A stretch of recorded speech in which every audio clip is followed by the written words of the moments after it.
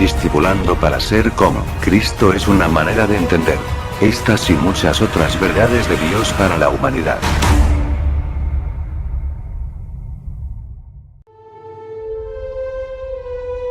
No te estés en este lugar fuerte.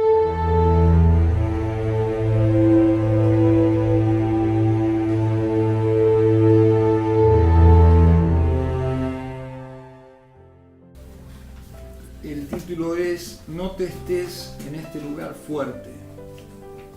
Es una palabra que particularmente el Señor me dio personalmente, que me habló mucho y a raíz de eso la transmitimos, pero que tiene una enseñanza realmente muy especial, ¿no? Primera Samuel 22. Yéndose luego David de allí, huyó a la cueva de Adulam. Y cuando sus hermanos y toda la casa de su padre lo supieron, vinieron allí a él. Y se juntaron con él todos los afligidos, y todo el que estaba endeudado, y todos los que se hallaban en amargura de espíritu, y fue hecho jefe de ellos. Y tuvo consigo como 400 hombres. Y se fue David de allí a Mizpa de Moab, y dijo al rey de Moab: Yo te ruego que mi padre y mi madre estén con vosotros, hasta que sepa lo que Dios hará de mí. Los trajo, pues, a la presencia del rey de Moab, y habitaron con él todo el tiempo que David estuvo en el lugar fuerte.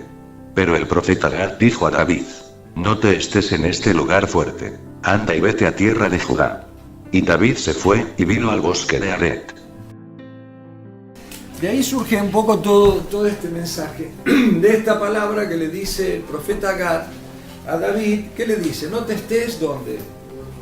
En este lugar fuerte, ¿no? Y eso es lo que vamos a desarrollar, pero para entender un poquito, ¿no? Acá David había huido de Saúl, ¿no? Saúl estaba reinando, él había reinado y reinó un periodo de más o menos 40 años y fue el primer rey de Israel, pero si bien, como decíamos el otro día, el día que Samuel lo ungió a David, dice la Biblia que él fue mudado en otro hombre, inclusive hasta llegó a profetizar, y el Espíritu Santo venía sobre él de una manera tan poderosa que él logró grandes victorias contra los principales enemigos de Israel, que eran los filisteos.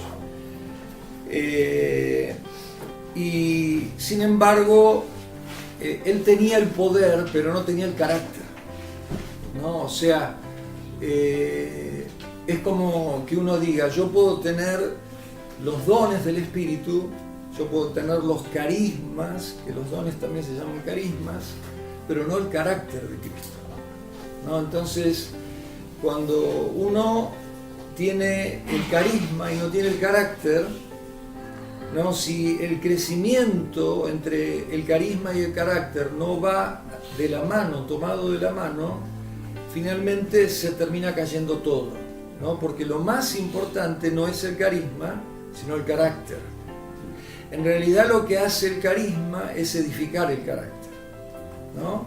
Pero sería motivo para otra charla. Pero como siempre decimos, los dones del Espíritu Santo están para edificar a Cristo dentro de nosotros. El objetivo de los dones y del poder de Dios es el de formar a Cristo dentro de nosotros, ¿no? Como Jesús dijo: ustedes van a recibir poder, no se muevan de Jerusalén, no se vayan, porque serán investidos de poder de lo alto y me serán testigos hasta lo último de la tierra.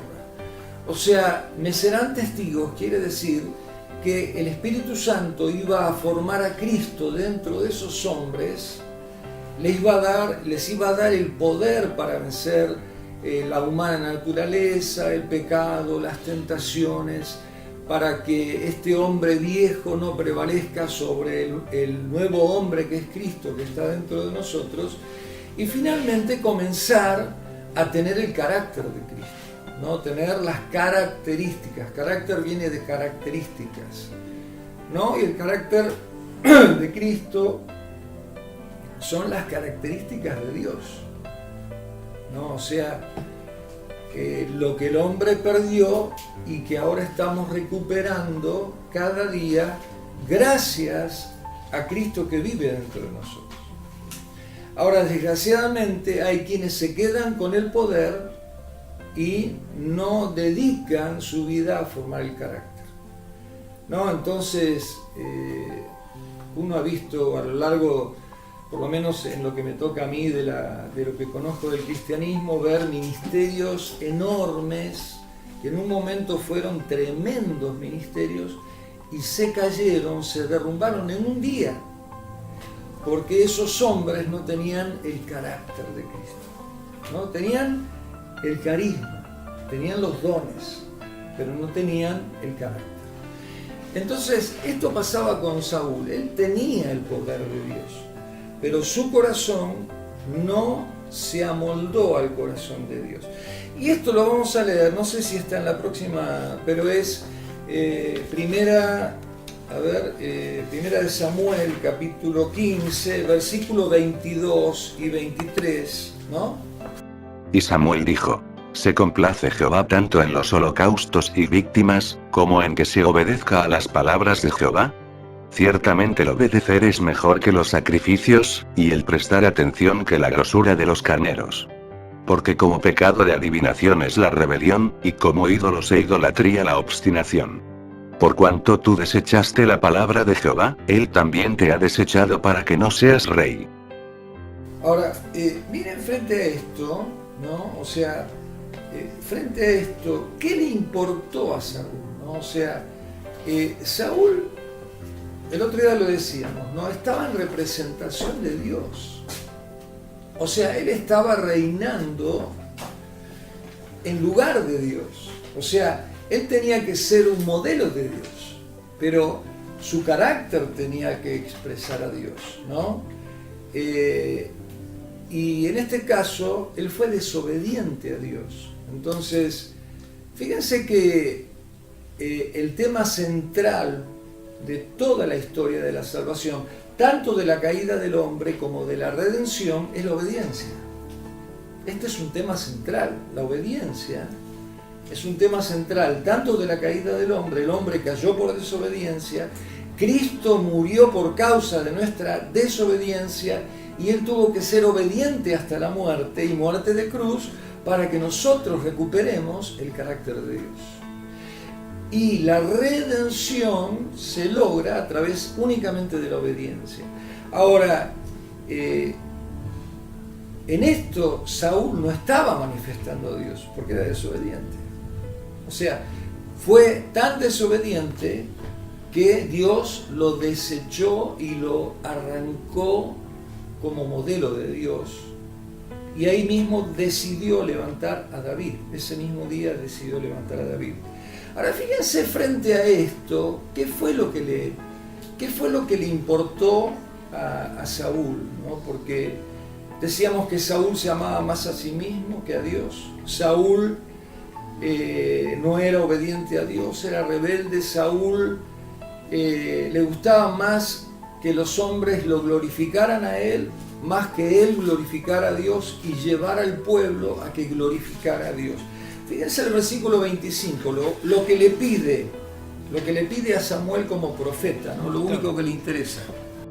Perdona, pues, ahora mi pecado, y vuelve conmigo para que adore a Jehová. Claro, vuelve conmigo, o sea, lo primero que le pide, ¿no? Después de que Samuel le dice, mira, Dios te desecha, no vas a ser más rey, ¿no? Le dice, bueno, pero vení conmigo, y veamos para qué, ¿no? Y ahí vamos a leer el versículo 30. Y él dijo: Yo he pecado. Pero te ruego que me honres delante de los ancianos de mi pueblo y delante de Israel, y vuelvas conmigo para que adore a Jehová tu Dios. Y volvió Samuel tras Saúl, y adoró Saúl a Jehová. O sea, ¿qué le importaba a Saúl? Su propia gloria, su imagen, ¿no? No le importaba que Dios lo había desechado.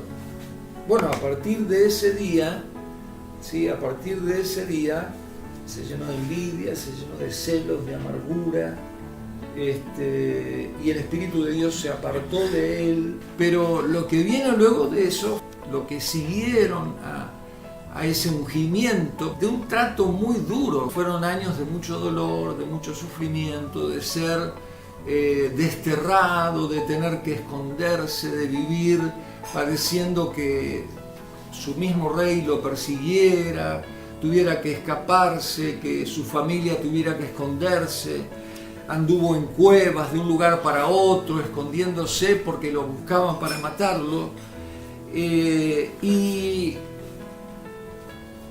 realmente cuando uno estudia todo esto, es algo que en realidad se repitió a lo largo de toda la historia del Antiguo Pacto y de la Iglesia, ¿no? Pero vamos a ir directamente a Hechos capítulo 5.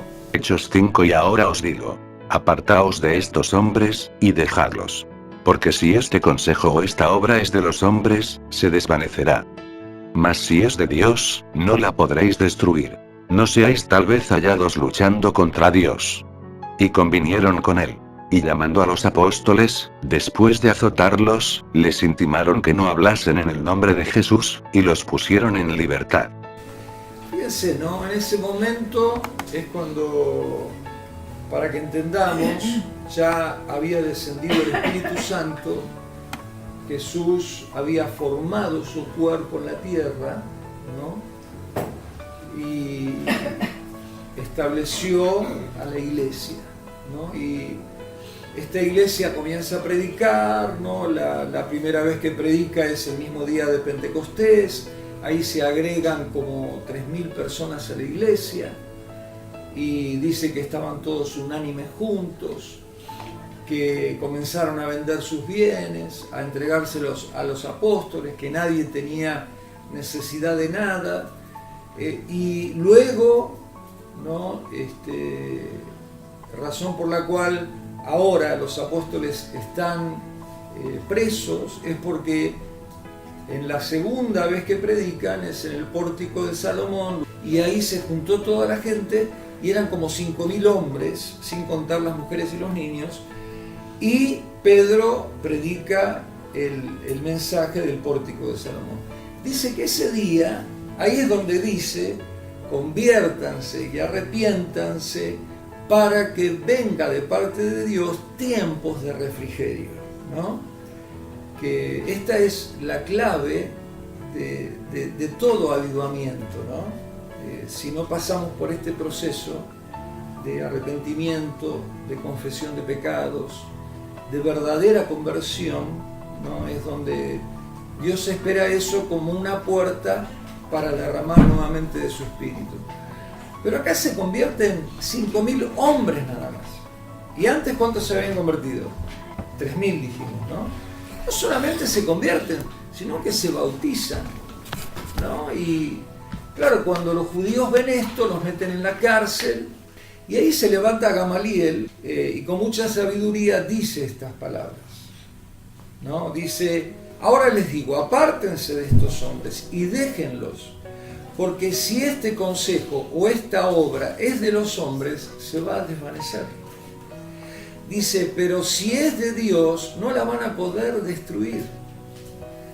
Y dice, no sean tal vez hallados luchando contra Dios. No, el versículo 42 dice que todos los días, ¿no? ¿Qué dice? Y todos los días, en el templo y por las casas, no cesaban de enseñar y predicar a Jesucristo. Qué tremendo, ¿no? O sea, claro, en ese tiempo había templo. Hoy en día ellos eran judíos y el templo era el templo de Jerusalén. En ese tiempo había templo y ellos iban al templo. Pero se reunían en el templo y ¿dónde? En las casas. Y en las casas. Fíjense que luego de esto viene el martirio de Esteban, que es el primer mártir, que es apedreado, y luego de esto dice que hubo una gran persecución, donde Saulo era la cabeza de esa persecución, y dice que todos estos cristianos, ¿no?, de Jerusalén fueron dispersados por toda Judea, por toda Samaria, y que iban predicando el Evangelio. O sea, pensemos esto, ¿no? Eran más de 20.000 personas que estaban todos juntos, ¿no? Quisieron hacer la gran comunidad, ¿no? Bueno, vamos a hacer la ciudad de cristianos, ¿no? Lo mismo que Babilonia. Y Dios los dispersó, así como dispersó a los hombres de Babilonia, ¿no? Y ellos fueron dispersados, y dice que gracias a esto la palabra crecía y se aumentaba el número de los cristianos. Gracias a esta dispersión, donde ellos comenzaron a predicar y llenaron todo Israel de la palabra de Dios. Bueno, por un lado uno dice, ellos salieron, los azotaron. En ese tiempo azotar eran 40 latigazos menos uno, ¿no? 39 latigazos, porque decían que el número 40 la persona no lo podía soportar. Pero sin embargo salieron gozosos, Pedro y Juan, con la espalda toda marcada por latigazos, por haber sido tenidos por dignos de padecer por causa de su nombre, dice, ¿no?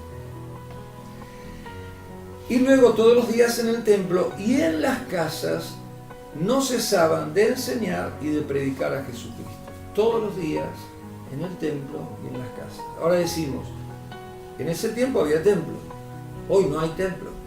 Nosotros llamamos templo a un edificio que tiene un formato definido que lo llamamos iglesia, pero que no es la iglesia, ¿no? La iglesia somos nosotros. ¿Estamos de acuerdo con eso? Y donde quiera que estemos, más de uno reunidos en su nombre, Él está en medio de nosotros, y es ahí donde está el cuerpo de Cristo.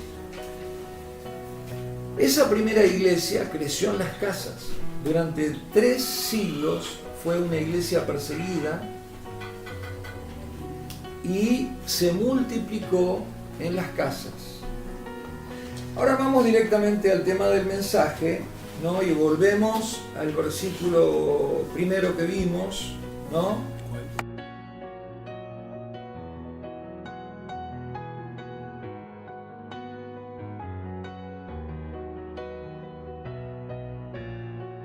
Primero, no te estés en este lugar fuerte. Es muy interesante, como ustedes siempre saben, el tema de las palabras, el significado de las palabras. Esa palabra fuerte, ¿no? Esa palabra fuerte o lugar fuerte, que es la palabra matzut en hebreo, quiere decir fortaleza, castillo o lugar sólido, lugar donde uno se siente protegido. Entonces, fíjense, ¿qué le dice Dios a David? ¿No? David estaba en una fortaleza, él se había refugiado en un lugar fuerte, en una fortaleza, inclusive llevó a toda su familia, la dejó allí para que nadie la pudiera atacar, para que fueran protegidos, ¿no? Porque claro, Saúl lo quería aniquilar, a él y a toda su familia. ¿Y qué le dice? Contrariamente a lo que el intelecto de David creía. No te estés en este lugar fuerte, ¿no? Ustedes saben que en un momento Saulo, o sea, ya convertido en Pablo y en apóstol, dice la Biblia que por causa de las grandes revelaciones que Dios le dio, dice, y para que la grandeza de las revelaciones no me exaltase sobremanera, Dios me envió un aguijón en la carne que me abofetee todos los días, un emisario de Satanás que me abofetee todos los días. Bueno, algunos creen que era el problema de ceguera que tenía Pablo, o una enfermedad, o tal vez la suegra, no sé. No, porque no estaba casado. Pero lo cierto es que Pablo le dice al Señor y ora 3 veces y le dice, Señor, quítame este aguijón, por favor. Y dice que el Señor le dijo y le contestó, bástate mi gracia, porque mi poder se perfecciona en tu debilidad. No, o sea, ¿y Pablo qué contestó? Pablo contestó, entonces me gozaré en mis debilidades, porque cuando soy débil, entonces soy fuerte. Porque su poder se perfecciona en mi debilidad. No, o sea, contrariamente a todo lo que uno cree, ¿no? Y David, claro, buscó un lugar fuerte, una fortaleza, ¿no? Pero Dios no quería tratar con David en ese lugar fuerte. Es más, Dios no podía tratar con David en ese lugar fuerte, porque David se estaba sintiendo fuerte en otra cosa que en Dios mismo. Y todos los años que siguieron, hasta que Dios lo levanta como rey en Israel, fueron años muy dolorosos, porque Dios estaba formando el carácter de Cristo en David. Él iba a ser un modelo de Jesús, del Antiguo Testamento. Iba a formar en David, ¿sí?, un rey conforme a su corazón, alguien que reflejara realmente la imagen de Dios y que pudiera reinar sobre su pueblo, que no era cualquier pueblo, era el único pueblo de Dios en la tierra que existía en ese entonces, y pudiera reflejar a Dios mismo. No, David era un hombre muy amado por el pueblo. Dice que al pueblo le gustaba todo lo que hacía David, ¿no? ¿Por qué? Porque tenía un corazón conforme al corazón de Dios. Pero esto no fue de un día para el otro. David tuvo que pagar un precio altísimo, de mucho dolor, de mucho sufrimiento, que lo abandonaran, que lo despreciaran, que lo desterraran, que tuviera que vivir como extranjero en tierra ajena.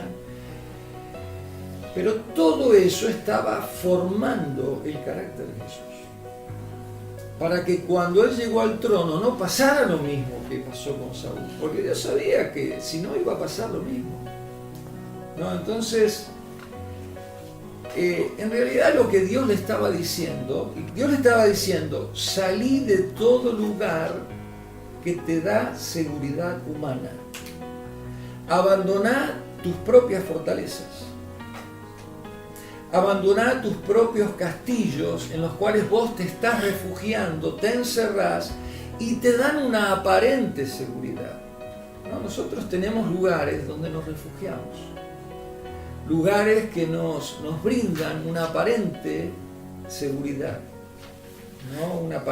Esto en la vida cotidiana, esto puede ser en cuanto a que por ahí yo creo que Dios es mi proveedor, pero todavía creo que es mi jefe el que me da la plata, o mi trabajo, o mis habilidades, mi profesión, no sé, lo que sea, mis conocimientos o talentos, ¿no? Y todavía no estoy totalmente confiado en Dios, ¿no? Y por ahí Dios permite que me echen para que yo salga de ese lugar de confort que me brinda cierta confianza en una cierta imaginaria fortaleza, pero donde Dios no puede ser mi todo, porque otra cosa ocupa el lugar de ese todo. Entonces, muchas veces nos refugiamos aún en la vida familiar, en la vida de familia, en la vida matrimonial, en la vida religiosa, ¿no? Las instituciones nos brindan cierto lugar de confort, de seguridad, ¿no? Dios le estaba diciendo, abandoná lo que para vos es algo sólido y algo firme, porque en realidad Dios quería llevar a David justamente a un lugar de debilidad humana. Dios estaba llevando a David a un lugar de vulnerabilidad humana, donde él se sintiera vulnerable. Porque recién cuando nosotros nos sentimos vulnerables, ¿sí?, nos agarramos totalmente de Dios, ¿no? Como Jacob, Dios tuvo que descoyuntarle la cintura hasta que se cayó al piso, y recién ahí se agarró de los pies del Señor, que estaba luchando él contra Dios, y le dijo, yo no te suelto hasta que no me bendigas. Y después de ahí rindió toda su vida, recordándole Dios en cada paso que daba que él no era fuerte en sus propias fortalezas como había sido hasta ese momento, sino que su única fortaleza era Dios, y a Dios le cambió el nombre y ya no se llamó más Jacob, sino Israel. Y ustedes saben que bíblicamente los nombres identifican la naturaleza, la esencia de la persona, ¿no? Porque Jacob quiere decir mentiroso, engañador, estafador, todo eso. Y Israel quiere decir el que lucha con Dios y vence, y príncipe junto a Dios. O sea que Jacob se convirtió en Israel, en el padre de las 12 tribus de Israel, de la cual vendría el Salvador, ¿no? Y lo que quería justamente Dios era llevarlo a ese lugar de vulnerabilidad, ¿no? Por eso le dice, deja este lugar fuerte, deja este castillo, deja esta aparente solidez que te brinda aparente seguridad, porque es todo aparente, es un espejismo, no es una realidad, ¿no? Ahora, David no era cualquier persona. David era una persona escogida por Dios para reinar, ¿no? De hecho, él se convertiría en el modelo del Rey de Reyes y Señor de Señores, ¿no? Y alguien como David no podía apoyarse en sus propias fortalezas, en sus propios lugares de refugio, donde él se refugiaba habitualmente, o en lo que David consideraba que era algo firme y algo sólido. Fíjense lo tremendo que habrá sido, porque David había sido instruido en la ley. David amaba a su rey, que era Saúl, porque él había nacido bajo el reinado de Saúl. Él amaba a su rey, ¿no? Y sin embargo ahora experimenta que su rey, que su nación, lo expulsa, lo tiene como un ladrón, un bandido. Pero imagínense que de ahora de golpe nuestros nombres aparecen en todos los medios de comunicación buscados. Imagínense, ¿no? ¿Qué provoca esto en nosotros? ¿No? Ese lugar de vulnerabilidad, ¿no? Donde de golpe aquellos que nos tenían que proteger ahora nos están persiguiendo. La misma nación que le enseñó la ley, ahora le estaba enseñando, ¿sí?, que todo lo contrario a lo que le habían enseñado. Pero justamente esto era el propósito de Dios. Sin entenderlo, David no lo podía entender en ese momento hasta que Dios completó la obra. Él, recién cuando Dios lo puso realmente a reinar, pudo entender por qué tuvo que padecer tanto. ¿Por qué tuvo que ser perseguido? ¿Por qué tuvo que ser rechazado por los hombres? ¿Por qué tuvo que padecer el oprobio, ¿no? Y que la gente lo considerara lo que Saúl decía que era? Y todo esto tenía el objetivo de que David se apoyara únicamente en Dios. No, porque esto de que amarás al Señor tu Dios con toda tu vida, toda tu fuerza, todo tu corazón, no es un mandamiento, digamos, porque sí, que está en la Biblia así, porque podría haber dicho Dios otra cosa. No, realmente es la clave para llegar al cielo. Ahora, humanamente nosotros no lo podemos lograr, porque humanamente tenemos un montón de muletillas, ¿no? Tenemos muletas de todo tipo, donde nos apoyamos en un montón de muletas, ¿no? Que nos brindan aparente seguridad. Y también en lo religioso. Pero lo que Dios quería es que para que Él reinara, solamente se apoyara en el Dios omnipotente, en el que todo lo puede, ¿no? Y si en algún lugar Dios no es mi todo, ¿no?, es como que yo estoy en peligro.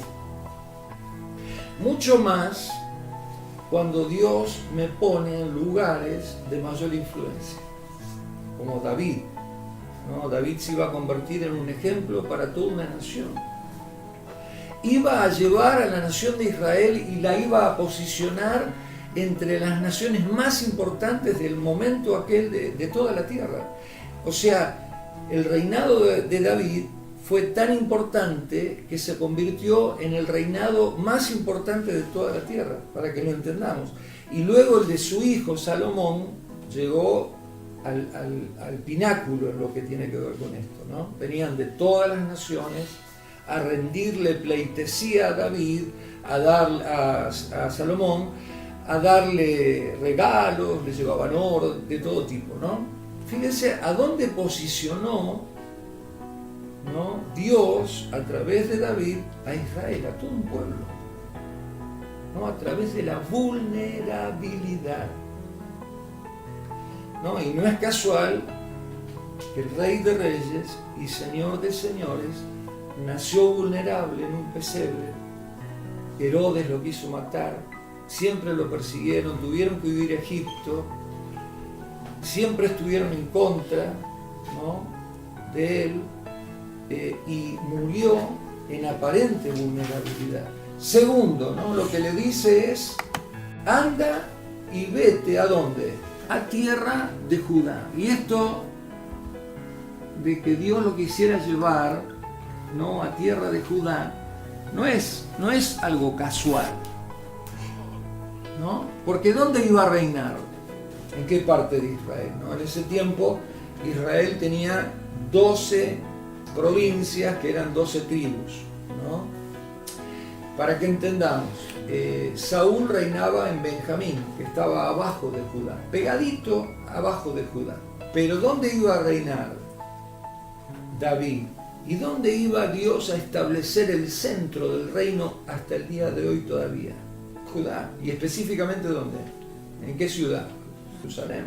¿Dónde fue construido el templo? En Jerusalén. ¿Qué quiere decir esto, no? Primero, Dios lo saca de su lugar de confort, lo saca de todo lugar de fortaleza humana, lo lleva a un lugar de vulnerabilidad. Pero segundo, lo lleva a la tierra de Judá para que la tome espiritualmente, porque de allí iba a venir el Salvador del mundo, de la tribu de Judá. Estaba escrito, super hijitus, estaba escrito que el Mesías, el Rey de Reyes, Señor de Señores, iba a venir de la tribu de Judá, ¿no? Entonces, ahora, Saúl estaba al ladito, pegadito a Judá, ¿no? Entonces, David habrá dicho: pero Dios, todavía que tengo problemas, me querés crear más problemas todavía. O sea, me sacás de mis lugares fuertes, me sacás de todo lugar de refugio, me pones en una situación de total vulnerabilidad y además me pones al lado de mi peor enemigo, ¿no? Es como que sobre llovido mojado, ¿no? Ahora, ¿qué es lo que estaba haciendo Dios con David? Dios lo estaba llevando a David a ocupar un lugar espiritual, ¿no? ¿Qué estaba haciendo Dios con David? Llevándolo a ocupar un lugar espiritual. Y fíjense que la iglesia,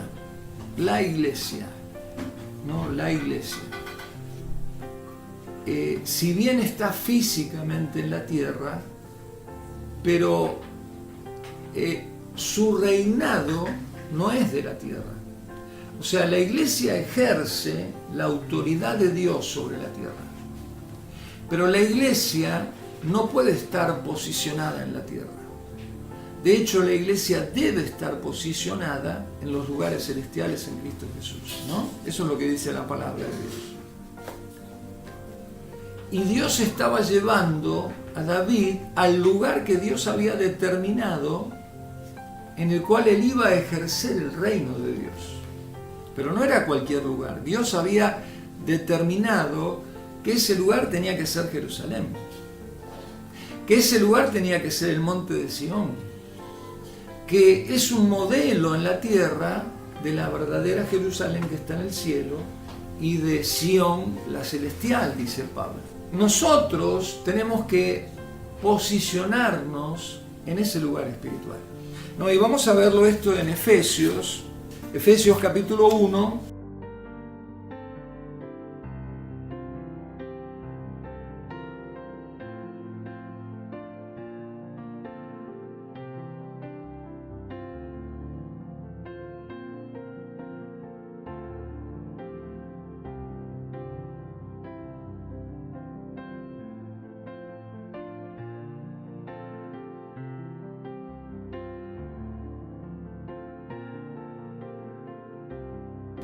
O sea, fíjense, acá el versículo clave es el 20, ¿no? Que dice que ese supereminente poder de Dios para con nosotros, es el que resucitó a Cristo, dice, de los muertos y lo sentó a su derecha, ¿dónde? A ver, ponelo el 20. En lugares celestiales. Esto es lo que hizo con Cristo, ¿no? Ahora, ¿dónde estamos nosotros? Bueno, vamos a Efesios 2, versículo 4. Pero Dios, que es rico en misericordia, por su gran amor con que nos amó, aun estando nosotros muertos en pecados, nos dio vida juntamente con Cristo, por gracia sois salvos, y juntamente con Él nos resucitó, y asimismo nos hizo sentar en los lugares celestiales con Cristo Jesús.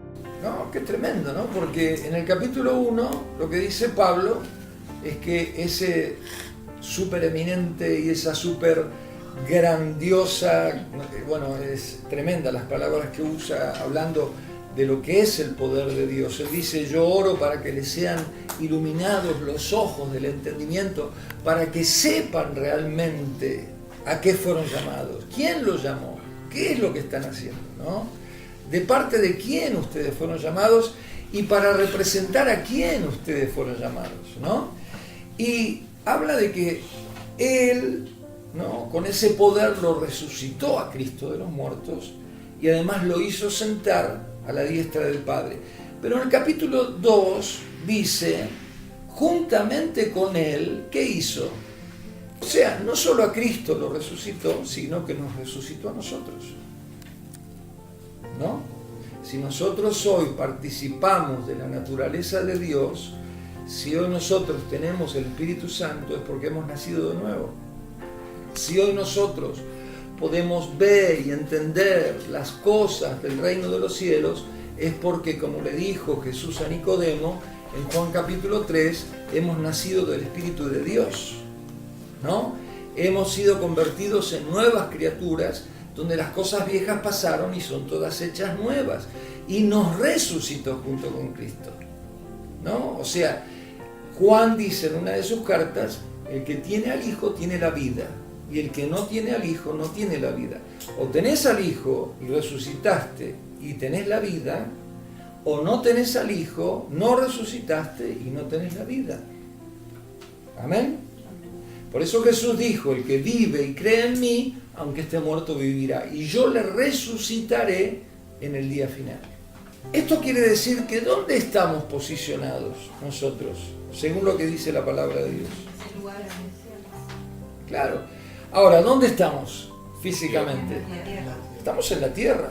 Así como Jesús hace 2000 años, su cuerpo, que tomó forma humana, estuvo en la tierra, ¿no? Pero luego su cuerpo, sí, murió, resucitó, fue glorificado, subió al cielo, se sentó a la derecha del Padre, y en el capítulo 1 dice, Dios lo puso por cabeza de su cuerpo, que es la iglesia, que somos nosotros. Entonces, hoy su cuerpo, ¿dónde está físicamente? Pero ¿dónde está posicionado realmente, espiritualmente? En los lugares celestiales. O sea, nosotros ejercemos el poder de Dios en esos lugares celestiales. No, Jesús le dijo a Pilato, mi reino no es de este mundo, ¿no?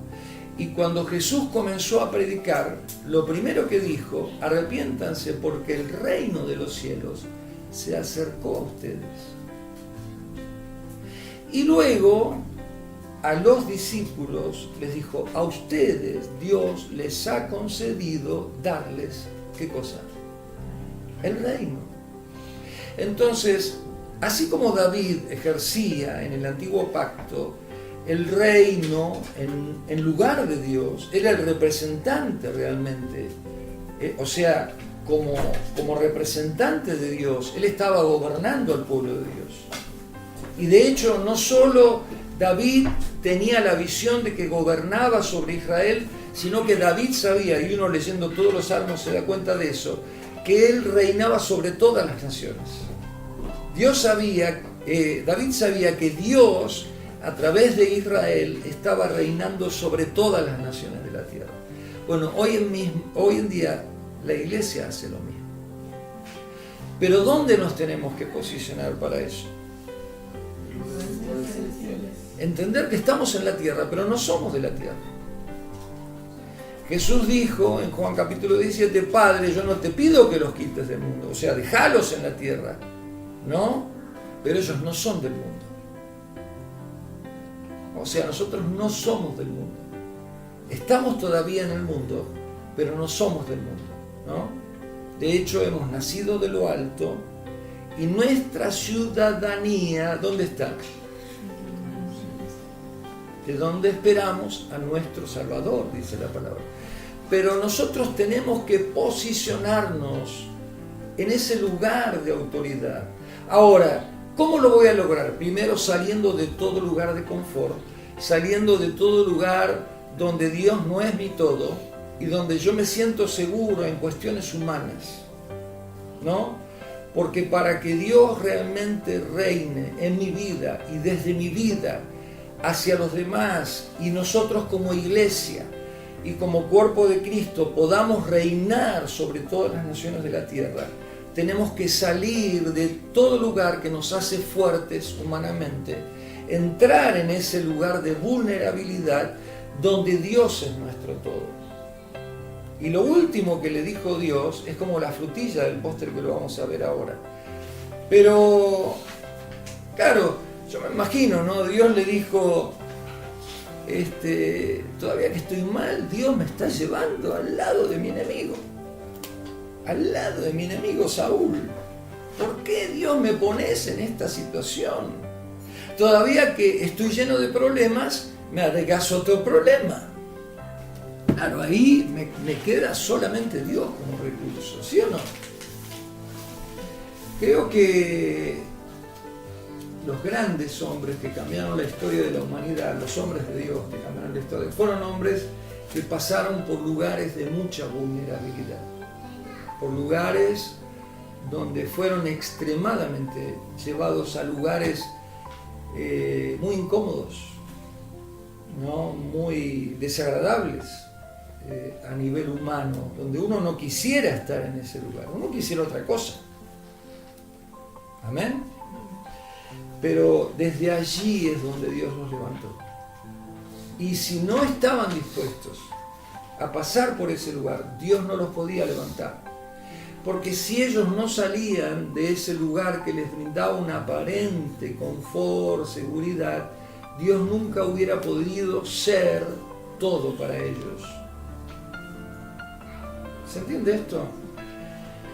Pero ahora no solamente eso, sino que este lugar de vulnerabilidad lo prepara a David para acceder al lugar donde él tenía que estar, el lugar donde él podía ejercer el poder de Dios,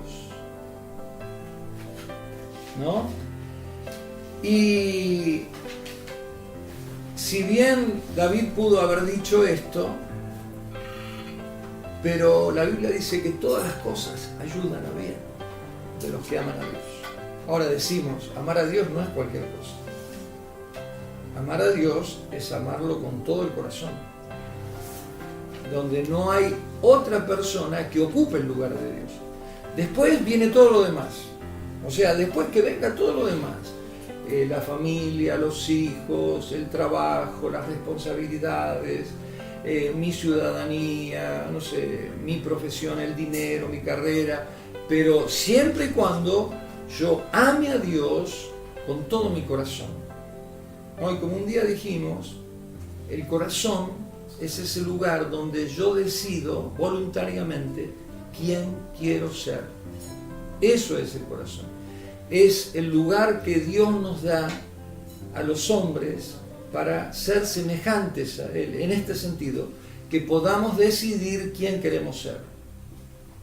¿Queremos ser iguales a Dios o queremos ser otra cosa? Si queremos ser iguales a Dios, Él tiene que ser nuestro todo, no admite otra cosa. Después puedo amar mejor a mis hijos, amar mejor a mi familia, ser un mejor esposo, ser una mejor esposa, una mejor madre, un mejor padre, un mejor empleado, un mejor jefe, Pero si ese lugar no está ocupado solamente por Dios, todo lo demás va barranca abajo, ¿eh? Todo cae a pique. Por eso decimos que es tan importante, retirarnos un día con Dios. No tenemos tiempo para retirarnos un día con Dios. Todo esto gracias a que David era un hombre sensible a la palabra de Dios, es que lo escuchó a Gad. Porque él podía haber dicho, este Gad está loco, ¿no? Así como este pastor Marcelo está loco, ¿no? Ahora se reúne en su casa, y cuántas otras cosas, ¿no? Me habla de la vulnerabilidad, me habla de que las instituciones y que todo esto de la religión, ¿no? Pero David era un hombre que sabía escuchar a Dios. David era un hombre que estaba acostumbrado a tratar con Dios no dentro de un edificio, sino fuera, ¿no? Junto a unas ovejitas, con una pequeña lira donde le cantaba canciones a Dios, porque estaba enamorado de Dios. David sabía otra cosa, de que él no era digno del llamado que Dios le estaba haciendo. Por lo tanto, él no tenía la fórmula para convertirse en lo que Dios quería que él fuera. Así como nosotros no tenemos la fórmula para convertirnos en lo que Dios quiere que seamos. Primero como personas y segundo como iglesia. No hay ninguna iglesia que tenga la fórmula. No hay ninguna persona, ningún cristiano, ningún hijo de Dios que tengamos la fórmula para saber lo que tengo que hacer mañana mismo. No digamos el año que viene, mañana. Sino es en total, absoluta rendición a Dios, escuchando su voz en el desierto y no teniéndola en poco a la voz de Dios, sino obedeciéndola y siendo radical en esto de obedecer a Dios. Porque el tema de obedecer a Dios es un tema radical, que me acerca a Dios y a sus propósitos o me aleja diametralmente de Dios y de sus propósitos. Gracias a que David era sensible a la voz de Dios, pero además se sentía indigno del llamado que Dios le había hecho. Y por eso era humilde, ¿no? Es que David obedeció a Dios y salió de ese lugar fuerte y se fue a Judá. Pero veamos lo tercero, ¿no? Y con esto ya es el final. Dice, ¿qué dice ahí? Y David se fue ¿a dónde? Bueno, el bosque de Aret estaba en Judá, ¿no? Ahora, ¿qué significa Aret? Es un pasto, ¿no? O sea que el bosque, en definitiva, no era un bosque de árboles, era un bosque de pastos, ¿no? Quiere decir matorral. O sea, fíjense, es un lugar, primero, totalmente distinto a una fortaleza. Es un lugar donde no hay dónde esconderse. Y para esconderme, la única que me queda es tirarme a tierra y hacerme uno con la tierra, ¿no? De ahí viene la palabra humildad, justamente, de humus, que quiere decir tierra. Humus quiere decir tierra en latín.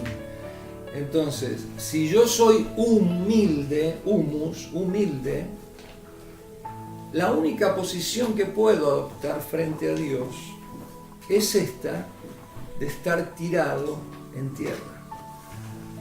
Es la única posición. Y de alguna manera, fíjense, Dios lo saca a David de todo lugar donde él tenía su confianza puesta. Lo lleva donde habitaba su mismo enemigo, pero lo posiciona espiritualmente en los lugares celestiales. Y además le muestra, ¿no?, que el reino solamente es de los humildes, donde no hay otro lugar de refugio que la tierra, que hacerme uno con la tierra. Y fíjense que tremendo esto, ¿no? Porque cada una de las palabras implican a cualquier ministerio de los ministerios que hay dentro de la iglesia, todos tienen que ver con este principio, ¿no? De tocar con las manos la tierra. En todos, ¿no? Habla de eso. La palabra ministro quiere decir justamente eso, tocar las manos con la tierra.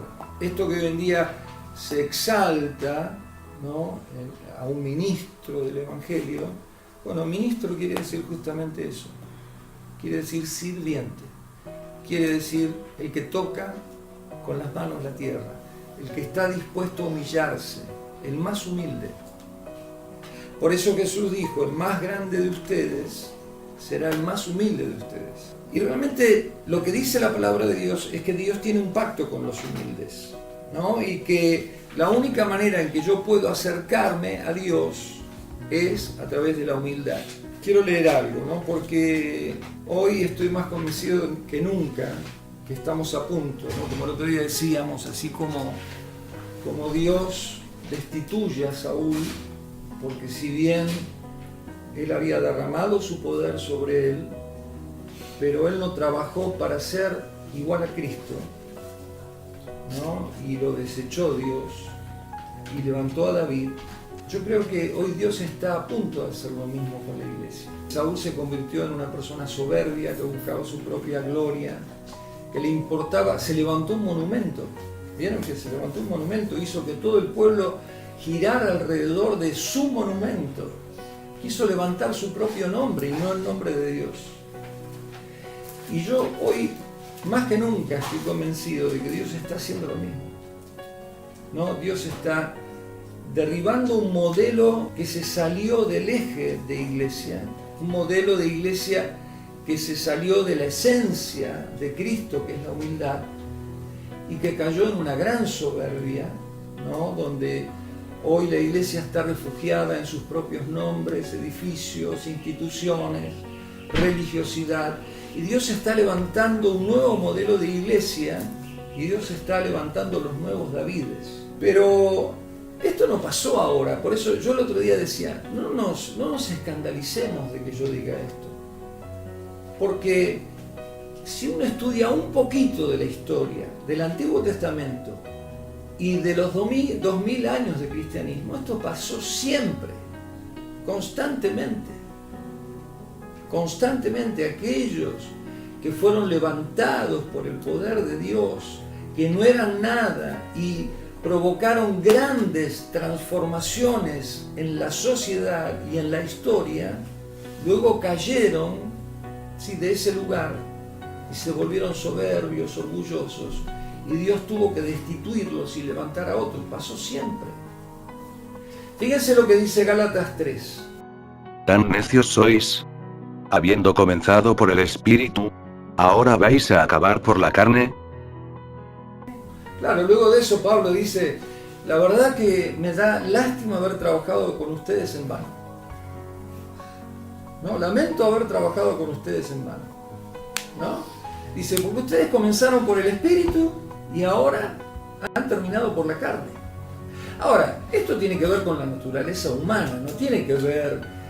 o sea, si yo me aparto un segundo de la humildad, ¿no? Y me creo algo o alguien y dejo el lugar de la gracia y comienzo a creer que tengo algún mérito y que soy digno porque estoy haciendo algo y no justamente por la gracia, me salgo del lugar de humildad, ¿no?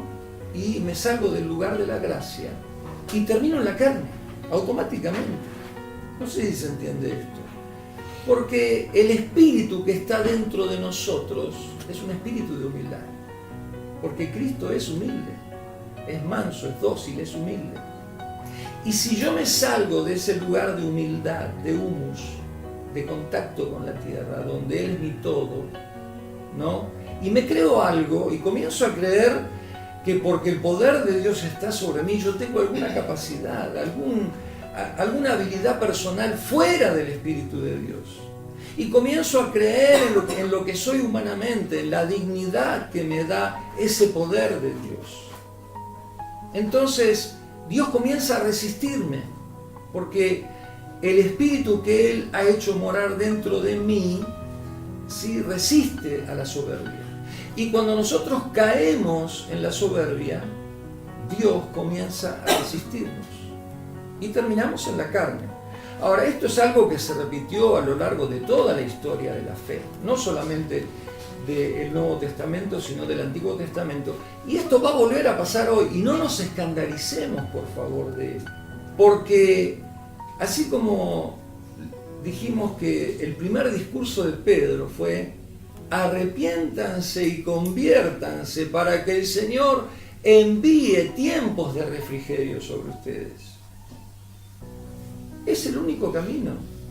El arrepentimiento, la confesión de los verdaderos pecados y la conversión. O sea, volver a convertirnos en Cristo. Y Cristo es humilde. Y Cristo es dócil. Y Cristo es manso. Siendo el Rey de Reyes, es el Cordero de Dios. Les quiero contar lo que pasó en el último gran avivamiento, que está llegando a su fin hoy. Esto comenzó en el primer año del siglo pasado, en enero del año 1901. Fíjense esto, ¿no? Contado y relatado por Juan Bertlemann, que fue un protagonista y uno de los principales actores de este gran avivamiento, del cual hemos recibido tanto nosotros. Yo personalmente digo, he recibido una tonelada, que llegó tardíamente a la Argentina, ¿sí?, recién para el año 1980, para decirlo realmente. Este hombre relata lo que pasó. Dice: el domingo 15 de abril por la mañana fui a Burkhan Hall, ahí en California, donde comenzó este avivamiento, a la iglesia del Nuevo Testamento. Una hermana de color que allí estaba habló en lenguas. Esto causó una gran conmoción. La gente se reunía en grupos en la calle preguntándose qué podría significar esto. Dice: parecían señales pentecostales. Luego supimos que el Espíritu Santo había caído unas pocas noches antes en la casita. ¿En dónde? En la casita. No en una catedral, no en una iglesia. En la casita de Bonnie Brahe. Los hermanos allí habían esperado con gran ansiedad un derramamiento. Varios hermanos blancos y de color, tiempos de tremendo racismo, ¿no? Sin embargo, tenían tanta hambre de Dios que se juntaron en la casa de esta hermana, vencieron ese repudio que habría entre el negro y el blanco. Varios hermanos blancos y de color habían estado allí esperando diariamente. Sucedió nuevamente que por alguna razón tuve el privilegio de estar presente, dice Bertlemann, en esa reunión en particular. Varios habían hablado en lenguas allí. Fui a la reunión en la casa de Bonnie Brahe, de esta mujer, por la tarde, y encontré que Dios estaba obrando con poder. Habíamos orado muchos meses por la victoria y Jesús se estaba mostrando vivo. Yo leí todo este libro, lo empecé a leer hace 4 años y lo sigo leyendo siempre porque realmente es tremendo, ¿no? Todo lo que uno lee que pasó en el génesis de este Pentecostés del siglo pasado, ¿no? Dice: los pioneros habían abierto la brecha y luego la multitud los iba a seguir. Un gran espíritu de humildad se manifestaba en esa reunión. Estaban todos concentrados en Dios. Evidentemente el Señor había encontrado su pequeño remanente.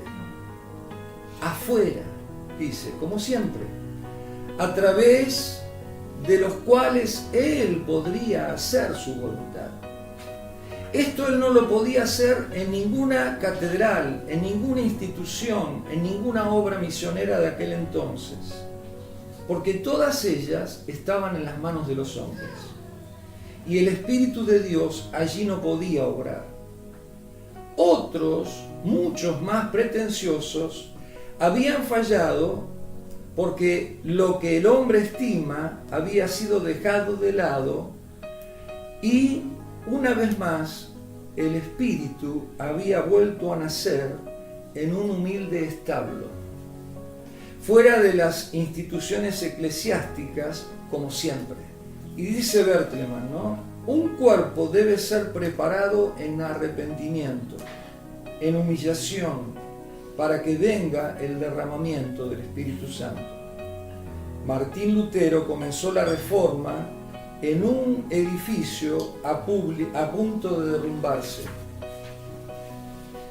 Fue en ese destartalado lugar que comenzó la predicación de la Reforma, en la capilla de Wittenberg. Y dice, fue la voluntad de Dios que aquello que restauraría su gloria tuviera el más humilde entorno. Era en este desvencijado edificio que Dios deseaba que su Hijo amado naciera por segunda vez. Por así decirlo, entre esos miles de catedrales e iglesias de las que el mundo está lleno, no hubo una sola en ese momento que Dios eligiera para la gloriosa predicación de la vida eterna, hablando del comienzo de la Reforma de Lutero. Y luego, volviendo a lo que estaba pasando en California, él dice, yo sé que muchos rechazarán y blasfemarán por lo que está sucediendo aquí, que no lo reconocerán, y aún aquellos que profesan seguirlo. Pero hemos estado orando y creyendo que llegaría este Pentecostés. Y luego dice, con esto termino, dice, todo movimiento del Espíritu de Dios también debe sufrir el ataque de las fuerzas diabólicas, porque el dragón se coloca junto a la mujer que está a punto de dar a luz, listo para devorar su criatura, y lo mismo sucedió con la obra pentecostal en sus comienzos. Apocalipsis capítulo 12. Apocalipsis 12. Apareció en el cielo una gran señal, una mujer vestida del sol, con la luna debajo de sus pies, y sobre su cabeza una corona de 12 estrellas. Y estando encinta, clamaba con dolores de parto, en la angustia del alumbramiento. También apareció otra señal en el cielo. He aquí un gran dragón escarlata, que tenía 7 cabezas y 10 cuernos, y en sus cabezas 7 diademas. Y su cola arrastraba la tercera parte de las estrellas del cielo, y las arrojó sobre la tierra. Y el dragón se paró frente a la mujer que estaba para dar a luz, a fin de devorar a su hijo tan pronto como naciese. Y ella dio a luz un hijo varón, que regirá con vara de hierro a todas las naciones. Y su hijo fue arrebatado para Dios y para su trono.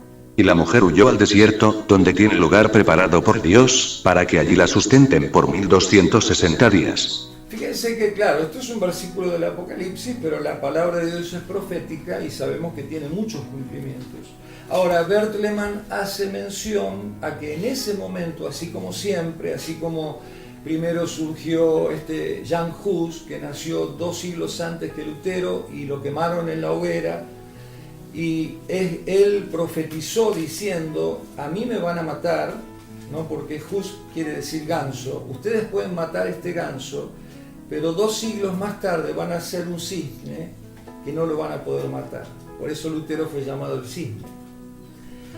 Y a Lutero no lo pudieron matar, a pesar de que quisieron, pero lo persiguieron. Y luego de esto persiguieron a todos los que quisieron producir cambios dentro de la iglesia. A los pentecostales, al principio, los persiguieron, los trataban de herejes, de locos. Y hoy en día es, de alguna manera, la denominación más grande cristiana del mundo. Y les leo lo último, que dice Bert Lehmann. Tanto Lutero como Wesley, otro reformador de la iglesia, experimentaron las mismas dificultades en su época, porque tenemos este tesoro en vasos de barro, y todo nacimiento está rodeado de circunstancias no enteramente placenteras, pero la obra perfecta de Dios se realiza en medio de la imperfección humana. Amén.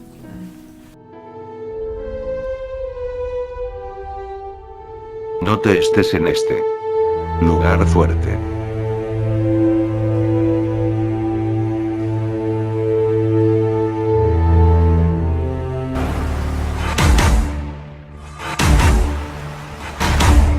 Discipulando para ser como Cristo es una manera de entender Estas y muchas otras verdades de Dios para la humanidad.